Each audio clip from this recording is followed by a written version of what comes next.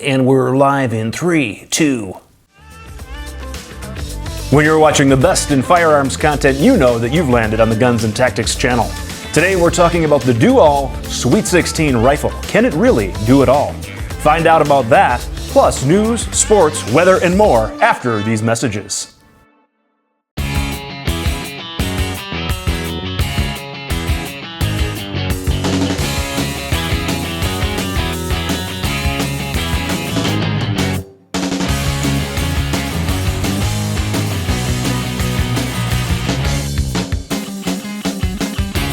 Hey guys, my name is Dave Tim. Thank you very much for checking out this video. Today we are talking about the Do-All carbine, the Sweet 16 that I've kind of built up. Now, before we get into the carbine, got to give a couple of quick plugs here. Please, if you have not subscribed yet, please hit that subscribe button, hit the notification bell. I was just doing some algorithm analytic checks and like 90% of our views are from unsubscribers. So please, subscribe so it helps the channel grow. And as always, we do have our monthly QA series where at the end of the month we answer your questions and one lucky submitter gets a cool prize. So make sure you check out that, and you can submit your questions at the email address shown below, that is theqa@gunsandtactics.com. Let's get into it. A while ago I made a video, actually a couple of videos. One I made on a patrol rifle overview that was just kind of talking about, patrol rifle setups. I'll put a link up there so you guys can check that out if you haven't watched it. But it's kind of my thoughts on what a working patrol, home defense, rifle should be. And I had an SBR and a longer barrel with a magnified optic. And I think that one was actually a 16-inch carbine at the time, which kind of this gun took some of the parts from that build. But anyways, I got a lot of good feedback on that video. Another video that kind of led to this video was a video that I did comparing pin and welded barrels, so 16 versus a non-pinned and welded, or basically a standard 16-inch barrel. So I'll put a link up here for that video as well, but that was basically, should you or should you not pin and weld? And how this rifle came to be. This is really right now, one of my favorite setups as far as a working patrol rifle, a do-all gun, which I don't necessarily like that term because, well, yes, there is some things that can do it all. The old saying of the mission drives the gear, I do think still has a lot of relevancy. And for certain things that if you know certain information or whatever, pick the best tool for the job. Now, that being said, I have really actually been impressed with how this turned out. Now, how this came to be, pinning and welding is nothing new. It's been around for a long time, so people don't have to have SBR, registration issues. Some states don't allow SBRs, some places can't have whatever. So I've been pinning and welding barrels for a while in the shop, and I've had a few LE customers over the years basically say that they can't have an NFA gun. Their policy prohibits it, but they wanted to be right at that maximum 16 inches, just for handling issues, getting in and out of the squad or whatever it might be. Well, once I started running suppressors, so the muzzle device that I have on here is the dead air suppressor mount. It's actually a really, really solid muzzle device, but it is a little long. It's, I want to say it's like 2.5, 2.6 inches or whatever it is. So what I found is that, basically when I added that muzzle device to a 16-inch barrel, I was basically getting an 18-inch barrel, which sometimes just got a little bit long. And even when I added the muzzle device, the flash hider on my SBR, which is 11.5 inch, now you're at about 14 inches. So you're not much beyond or much shorter than 16, and do you have some velocity issues or whatever with certain ammunition. So the idea that I had was to make a gun that still could handle duty ammunition well with a good muzzle velocity, good barrel length for that, but yet not be an SBR for people who couldn't. And I'm pretty committed. I like my setup that once I generally know what I like, I don't have to worry about setting it. Because that's one of the cons when you pin and weld a muzzle device. You're stuck with it, you're stuck with your gas block, and you're stuck with the barrel nut, which also means most likely you're stuck with the handguard. So this is the Sweet 16. And what I started with basically was a 13.7-inch barrel from Rainier Arms. This is one of their match barrels. It was a 5R Rock Creek blank that they had machined down to their specs, and it's a really, really nice shooting barrel. Unfortunately, I don't believe they make it anymore, and it is a carbine length gas system. Now, if I was to be making this all over again, I would do a mid-length gas system if I could find it, because by the time you add a suppressor, there's plenty of dwell time. 14-inch mid-length you know, you might have to do a little bit of tuning, but honestly, that's what I would do again, just because I think that would be slightly better setup. So, a couple of things that the viewers have noticed about the gun that I've gotten a lot of questions about. So I'll zoom in. You guys can see the front.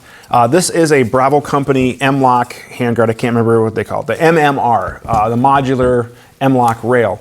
And one of the things that the standard rail has is it has kind of these little triangle, I don't know, I don't want to call them an extension, but just kind of the profile of the rail has, you know, this little triangle thing that comes out. Well, for me, when I had that little triangle thing, it would block the suppressor from mounting. So I basically just took the mill and I milled these flat. I think it turned out overall really well. I kind of have it matching, you know, on the other side.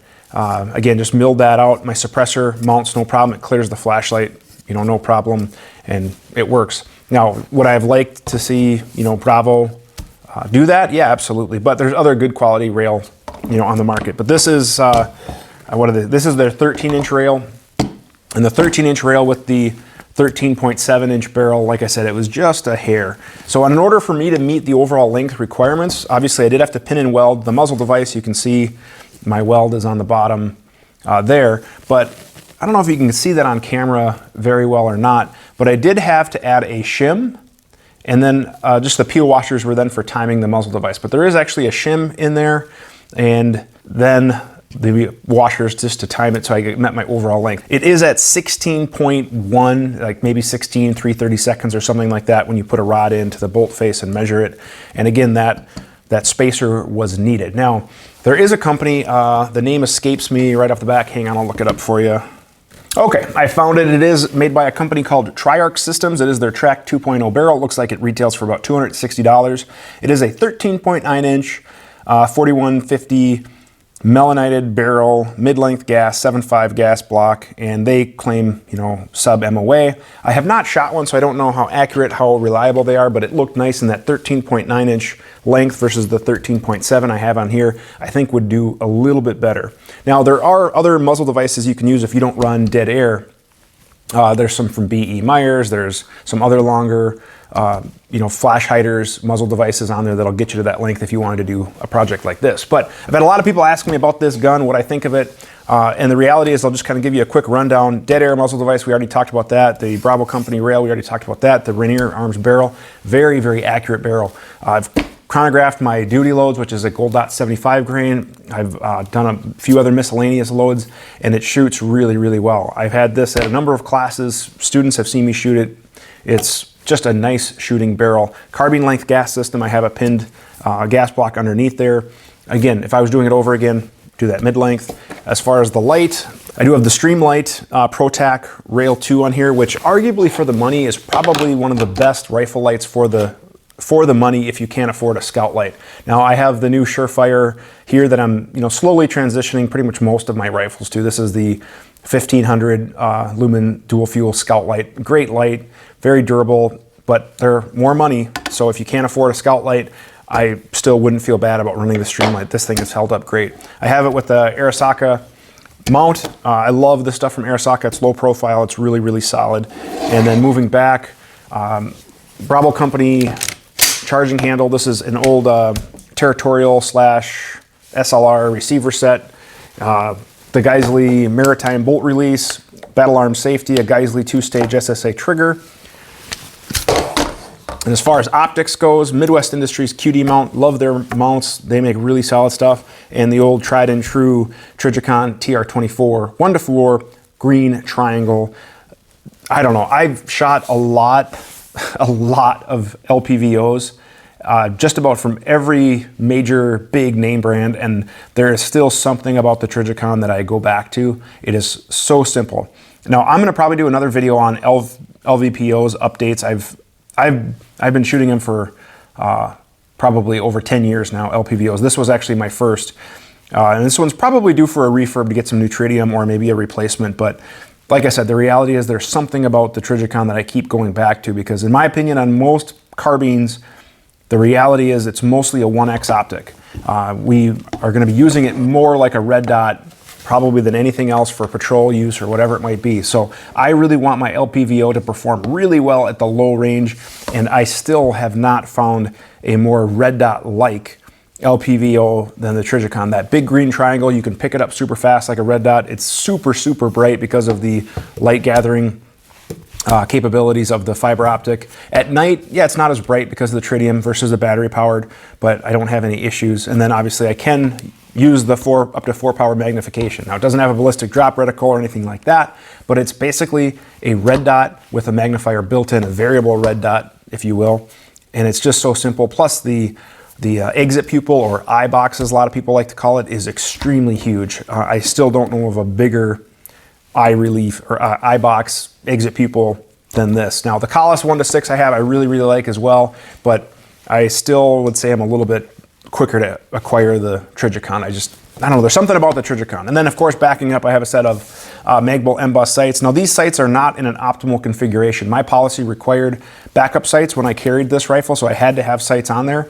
But now with the offset sights, the Magpul offset sights, or the new Midwest Industries offset backup sights, I'm gonna switch this out, switch this set of sights out for that in the future. And then of course, just a Magpul MOSL stock, K2 grip, which I really like, QD sockets up front and back, and then I also do have an additional QD socket at the end plate in case I wanted to change the configuration of my sling to kind of make it a little bit more maneuverable. But that is kind of my Sweet 16 dual rifle overview. The rifle shoots great. I've had a lot of questions about the configuration, so I thought I'd make a video, but the reality is I engage targets out to 300-400 yards, no problem. I can identify my targets, you know, at training, everything with the built-in magnification. I shoot it fast, I shoot it well.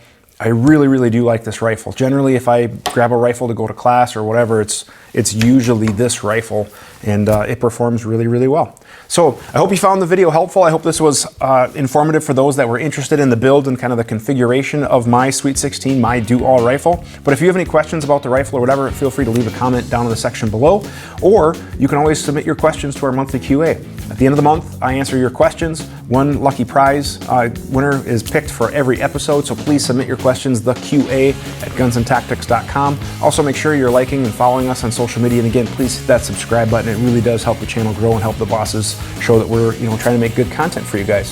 Thank you very much for watching, and have a great day.